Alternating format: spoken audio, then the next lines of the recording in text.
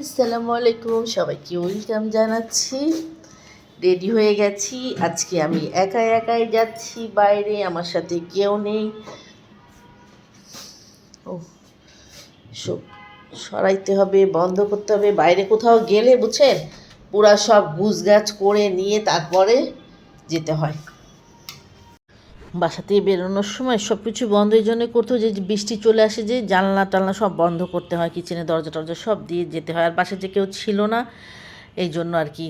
তো জেন্ডার পার্কের ড্রেসগুলো ভালো লাগে আমার, কিন্তু ওদের ওয়ান পিস বেশি, তো আবার ওই যে সালোয়ার আলাদা থেকে কেনো, ওড়না কেনো, এইসব দিকে দেখা যায় যে অনেক পড়ে যায় ড্রেসটা, তখন প্রাইসটা বেশি হয়ে যায়, তখন আবার মানে পছন্দ হয় না যে এত টাকা দিয়ে এটা কিনবো। এমনি কামিজটা ভালো লাগে, কিন্তু কামিজ একা শুধুই পরা তো আর যায় না মনে করেন। তো গিয়েছিলাম, সুন্দর সুন্দর বাচ্চাদের ওখানে থ্রি পিস দেখছি, এত ভালো লাগছে। একটা কালো ড্রেস পছন্দ হয়েছে, ওয়ান পিস। পরে ও আচ্ছা, তাই তো আমার তো আবার ম্যাচিং করা কালো ভিতরে দুপাট্টা সালোয়ার তো ছিলই। দেখি ইনশাল্লাহ যাবো। তো আর আরেকটা যেটা পছন্দ ওরকম ওরকম সেম আমি পরে গিয়েছি। ওখানকার মেয়েরা বলছে যে আপনি তো এখানে আমাদের এখান থেকেই নিয়েছিলেন, ওরকম পরে যাচ্ছেন ওই কালারের।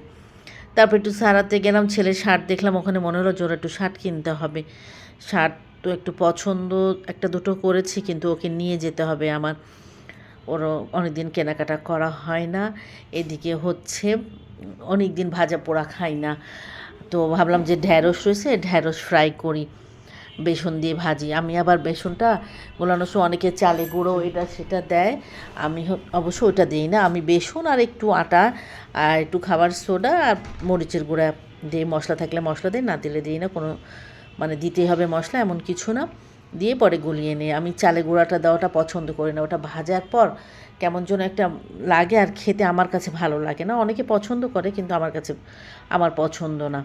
এই জন্য আমি কখনোই চালে গুঁড়া দিয়ে বেসন দিয়ে একসাথে মাখাই না আর কি। এই যে দিকটা ঢ্যাঁড়সটা তো আপনারা দেখেছেন যে কীভাবে ঢ্যাঁড়স কেটে ভাজবো আর কি বেসন দিয়ে।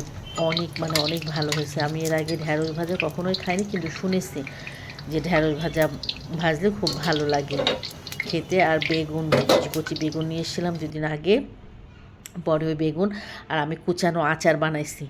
আজকে আমি বলতেছিলাম যে রোজা এটা রেখে দিব, রোজার সময় বের করব। রোজার সময় ভাজা পোড়ার সাথে ধনে পাতার চাটনি, তারপরে মানে কুচানো এক ধরনের আচার আছে, পুরা তেলের সাথে থাকে, ওটা দিয়ে খেতে খুব ভালো লাগে, টক টক। এই যে ভাজা হয়ে গেছে, ছেলে তো খাবেই না, ও বাসায়ও ছিল না তখন। এই যে মচমচা বেগুনি। পরে আরাফ অরণিকে ডাকছি যে আসো, আমরা তিনজন মিলে এখানে খাওয়া দাওয়া করি, নাস্তাটা খাই। চা অবশ্য আমি আগেই খেয়ে নিয়েছিলাম, বাইরে থেকে আসার পরেই চা খেয়েছি, মাথা ধরেছিল অনেক। পরে অরণি খাবে না, ভাজা পোড়া কিছুই খাবে না, সে শুধু একটু মুড়ি খাবে আর ওই আচার নিয়েছে। তারপরেও আমাকে আবার পরে দিয়ে দিয়েছে। আর আরাফ মাশাআল্লাহ ভালো, কোনো শব্দ করে না, ও চুপচাপ দিলে ও বসে খেয়ে নেয় আর কি। অনেক ভালো লাগছে ঢ্যাঁড়স বেসন দিয়ে ভাজা। ইনশাল্লাহ এবার সবসময় কম বেশি ভাজবো ঢ্যাঁড়স থাকলেই। আর দেখেন ছেলেটা খাচ্ছে, একটু ডিস্টার্ব করবে না, কোনো ওর মতন খেয়ে যাচ্ছে। অরণিকে কতবার বলতে হয়েছে, অরণি ক্যামেরা দেখলে খুব ডিস্টার্ব করে, একদম ক্যামেরার সামনে আসতেই চায় না। সবাই ভালো থাকবেন, আল্লাহ হাফেজ।